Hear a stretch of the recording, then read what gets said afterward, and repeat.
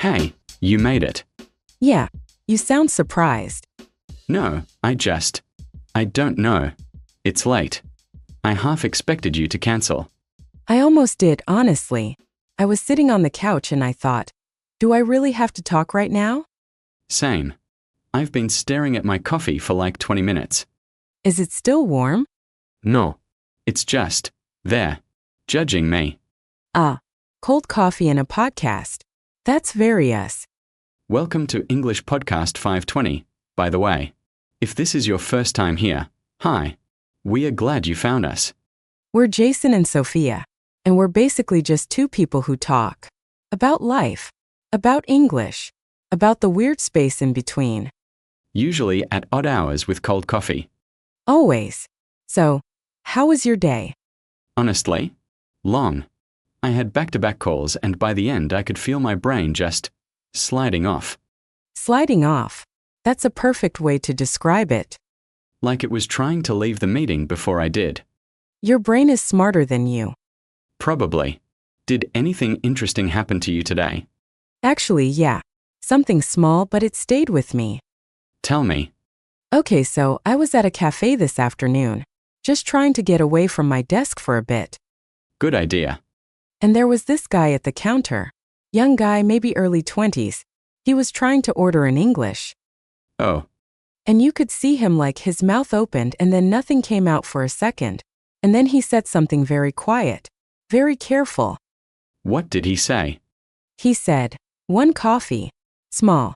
Please. And then he kind of looked down like he was waiting to be corrected. That feeling. I know that feeling. Right? And the person behind the counter just said, sure. Anything else. Totally normal. Totally kind. But the guy probably didn't feel that on the inside. No. He looked relieved, but also still a little scared. Like he survived something. That moment. That exact moment. I think about it a lot. What do you mean? That feeling of surviving a sentence. In another language. It sounds small, but it's not small. It's not small at all. It takes something. Real courage. And nobody talks about that. They don't. They talk about vocabulary lists and grammar rules. But not that. Not the feeling of opening your mouth and not knowing what will come out. Or if anything will come out at all. Exactly. And I think that's why so many people get stuck. Not because they don't know English. But because knowing it and using it, those are two completely different things. Very different. It's like, you can know how to swim. Theoretically. You've read about it. You've watched videos. But the first time you get in the water, your body forgets everything. Everything. Your brain just goes goodbye. Yeah. So what do you think actually helps? Like what actually moves someone from the quiet place to the talking place? I was thinking about this actually, and I don't think it's one big thing. No? I think it's a lot of small things. Tiny things. Things that feel almost too small to matter. Like what? Okay. Can I tell you something embarrassing? Please. When I first started trying to speak more English, I used to talk to myself on the train. Out loud? Very quietly. Like almost under my breath. What did you say? Just, whatever I was looking at. The train is crowded today. That woman has a red umbrella. I'm tired. I want noodles. It sounds ridiculous. No, it doesn't. It sounds kind of wonderful, actually. It helped. I don't know why exactly, but it helped. Like my mouth got used to the idea of English being normal, not a performance. Not a test. Right. Just a thing that mouths do. I love that. A thing that mouths do. Very scientific. Honestly, though, I think you found something real there. Because the problem isn't vocabulary for most people, right? No. The problem is the gap between the knowing and the doing. The gap is where fear lives. Yeah, and fear is very creative. It comes up with 1,000 reasons to stay quiet. What reasons do you hear the most? Okay, let me think. My pronunciation is bad. That's a big one. Huge. I'll say it wrong and people will laugh. Also very common. Or I'll say it wrong and people will think I'm not intelligent. That one is painful, because it's not about the language anymore. It's about your whole self. It becomes about identity. Exactly. Like, if I speak broken English, what does that say about me? And the answer, the real answer, is nothing. It says you're learning something. That's all. But that's very hard to feel when you're standing at a counter trying to order coffee. Very hard. The logic doesn't help in that moment. No. In that moment you need something else. What do you think you need? I think you need one small success. Just one. Something that worked. Even if it was imperfect. Even if it was just 3 words. 1 coffee, please. That's enough. That worked. The person understood. Communication happened. Yes. And that's the whole point, right? Communication. Not perfection. I had a teacher once who said something I never forgot. She said, "Fluency is not about having no mistakes. Fluency is about keeping the conversation alive." Keeping it alive. I like that. So even if you say the wrong word, if you keep talking, if you keep the thread going, you're already fluent in the thing that matters. Yeah. That's a different way to think about it. Did it help? Hearing it like that? It does. Every time I hear it. Maybe some of the people listening right now needed to hear it too. Maybe.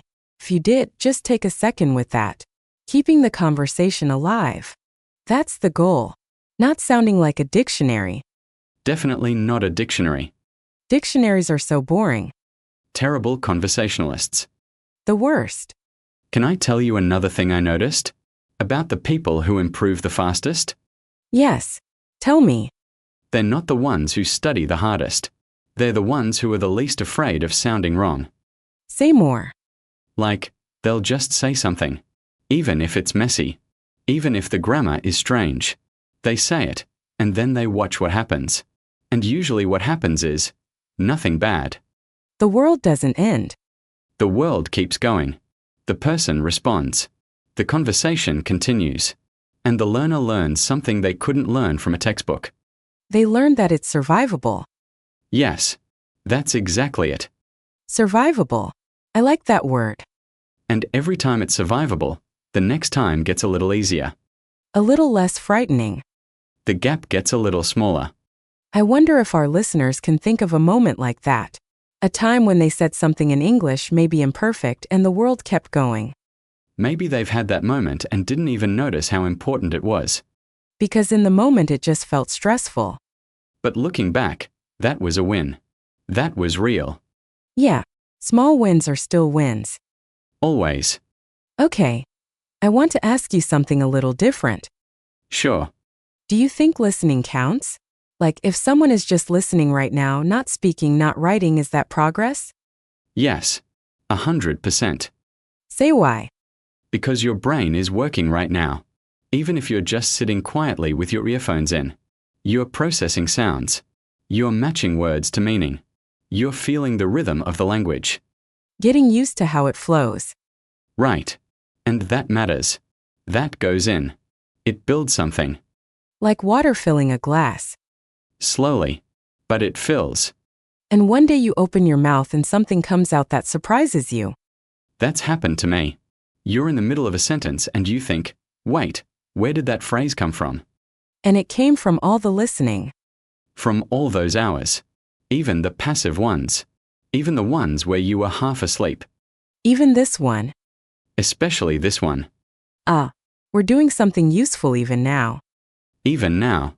So if you're listening and you feel like, I haven't spoken English all day, I'm not improving, you are. Right now. You really are. Just by being here. That's a comforting thought. I think so. Okay. I want to go back to something you mentioned before. About the fear of being judged. Yeah. Because I think that one is really deep for a lot of people. It's not just about English. No. It's older than English. What do you mean? I mean, most people who are afraid to speak English had some early experience that taught them. If you say something wrong, something bad happens. A teacher who corrected them in front of everyone. Or a parent who laughed. Or a classmate. And you carry that with you. For years. And then you're an adult, and you're trying to speak in a new language, and your body still remembers. It still feels like danger. But it's not danger anymore. It's not. But the body doesn't always know that.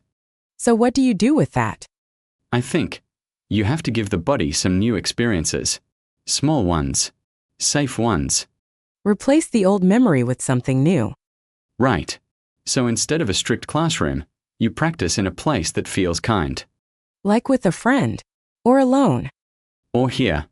Or here. With us. Where no one is grading you. No one is waiting for you to fail.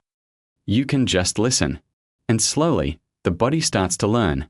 English is safe. English is not a test. It's a conversation. And conversations are allowed to be imperfect. They're actually supposed to be imperfect. When was the last time you had a perfect conversation in your first language? Never. I say, approximately 800 times a day. I lose my train of thought constantly. I forget words I've known my whole life. And nobody thinks we are stupid. They just think we're human. Which is what we are. Which is what everyone is. English learners included. Definitely included. Can we talk about something practical for a second? Yes, please. I love the practical part. Okay. So I've been thinking about this idea of what actually happens in the 20 minutes before someone speaks English. Before they open their mouth. Yeah. What's happening in that space? Chaos. Describe the chaos. Okay. You know you need to say something. And so you start building the sentence in your head. And then you think, is that the right word? Is the grammar okay? Is my accent going to sound wrong? And by the time you've checked everything, the moment is gone. The conversation moved on without you. So you missed it. And then you feel worse than if you'd said something imperfect.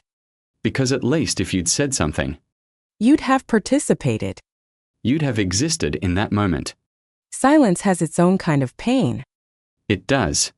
So what do you do instead? I think the trick is, don't build the whole sentence first. Start with one word?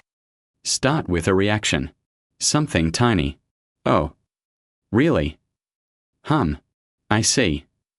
These tiny words. They do so much. They tell the other person, I'm here. I'm listening. I have something to say. And they give you a second to think. Exactly. And then you add one more piece. Oh, that's interesting. Now you have two things. And then maybe a question. Right. Oh, that's interesting. What happened? Now you have a conversation. 3 pieces. Small pieces. And it feels like nothing. But it's everything. Because you're in it now. You're in the conversation. You exist. And the fear is smaller once you're in it. Always smaller once you start. It's the starting that's hard. Always the starting. I think that's true for most things in life, isn't it? Yeah. English is not alone in that.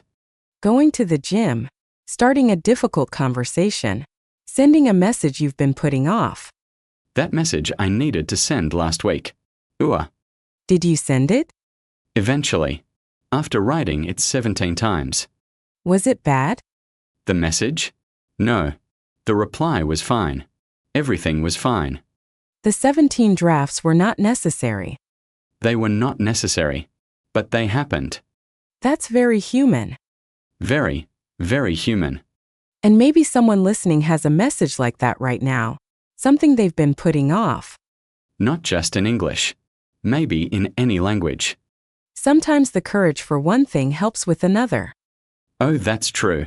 Like, if you send that one voice note today. Even 10 seconds. Something shifts. Something loosens. And then the next thing feels a little more possible. Small courage is still courage. It counts.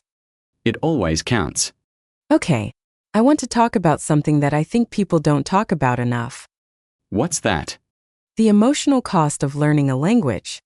Oh. Because it's real. And nobody acknowledges it. Say more. Okay, so when you learn a language, especially as an adult, you're not just learning words. You're navigating a version of yourself that feels smaller. Less capable. In your own language, you're intelligent. You have opinions. You're funny. You have nuance. And then in English, You can say, I like coffee. And that's it. that gap between who you are and what you can express is exhausting. It's genuinely painful. And I think a lot of people give up because of that pain, not because of grammar. Because of the emotional weight of feeling like less than yourself. And nobody tells them, this is normal. This feeling is temporary. It gets smaller. It gets smaller. And then one day you make a joke in English. And people laugh. And you think, oh, there I am. There's the real me. That moment. That moment is worth everything. Worth all the difficult moments before it. All the deleted voice notes. All the swallowed sentences. All the times you wanted to say something and didn't. They all led to that moment. Nothing was wasted. None of it was wasted. I want to say something to anyone listening who is in the painful part right now. Say it. You're not behind. You're not failing. You're in the middle of something. The middle is supposed to feel hard. The middle of anything feels hard. Learning, growing, changing. It's not a sign that you're doing it wrong. It's a sign that you're doing it. That's the difference. And if today you just listened, that's the middle too. And that's okay. More than okay. Today you were here. And being here matters. It does, even if it doesn't feel like it. Especially when it doesn't feel like it. Okay, I want to do something a little different before we wrap up. What are you thinking? Can we just slow down for a second? Sure. Like actually slow down. No new information. Just sit with something. I like that. Okay, if you're listening right now, wherever you are, just take a breath. Seriously. Take one slow breath. You've been listening for a while. Your brain has been working. Let it rest for just 1 second. And then think about this. What's one small thing you could do today with English? Just one. Doesn't have to be impressive. Maybe say one sentence to yourself about what you see around you. Maybe send a short voice note to a friend, or even to yourself. Maybe just say, I'm learning. And that's enough. Because it is. It really is. That's it. That's the whole thing. No complicated system. No perfect method. Just one small thing. Today. And tomorrow maybe one more. That's how it builds. Slowly. Quietly. Without you even noticing. And then one day you listen back to yourself from a year ago. And you think, wow, I'm different. I grew. Without feeling it happen. That's the best kind of growth. Yeah. The kind that sneaks up on you. You were just living your life. Listening to podcasts in the evening. Drinking cold coffee. And something changed. Something shifted. Quietly. Gently. Like it always does. I think we should end there. Yeah, that feels right. Thank you for listening. Genuinely. We know you had things you could have done instead, and you chose to be here. That means something to us. If this felt good, come back. There's always more. Another evening. Another conversation. We'll be here. This is English Podcast 520. Good night. Take care of yourself.